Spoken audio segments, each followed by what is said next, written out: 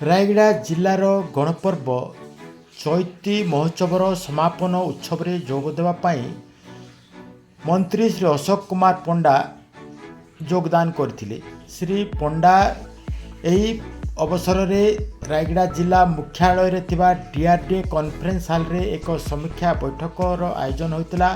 यही समीक्षा बैठक रे मंत्री समस्त विभाग पुंखानुपुंख भाव में समीक्षा करने सहित रायगड़ा जिला मुख्यालय रे एक 20 एकर जमी परिमित भितर राज्य सरकार योजना प्रकार एक श्रद्धा निवास स्थापन करिवार योजना रही संपर्क में गणमाध्यम को सूचना देते।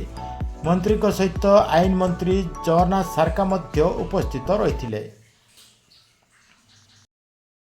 जो 4,13,000 है मधुबाबू पेंशन एवं निकट दिहला प्राय अधिकांश जगार ब्लॉक रे सरी अल्प किसी लोक अपेयर तालिकार अच्छा।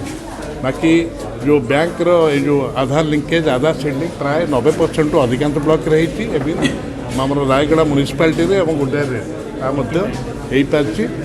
विशेषकर ये रायगड़ा श्रद्धालय जहाँ को आम कहूँ 20 एकर जमी विशिष्ट गोटे जगार सीनियर सिटीजेन बा वरिष्ठ नागरिक एवं जो माने श्रवण बाधित दृष्टिशक्ति बाधित एवं जो माने मानसिक रोगी जो माने छोट पिला कल्याण पाई आम गोटे 20 एकर ये करने जाऊँ एवं राज्य 30 जिले 30 खोजापी मुख्यमंत्री कर विशेषकर यूडीआईडी यूनिक आइडेंटिफिकेशन कार्ड गोटा नेशनल पोर्टाल अच्छी मुझे गुरुत्व देगी।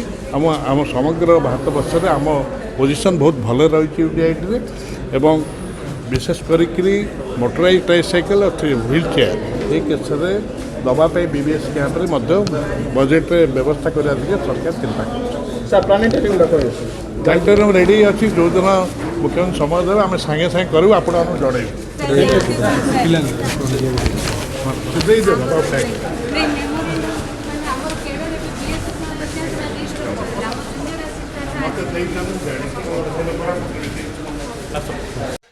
रायगड़ारू सदानंद आचार्य रिपोर्ट रिपोर्टर ओडिशा।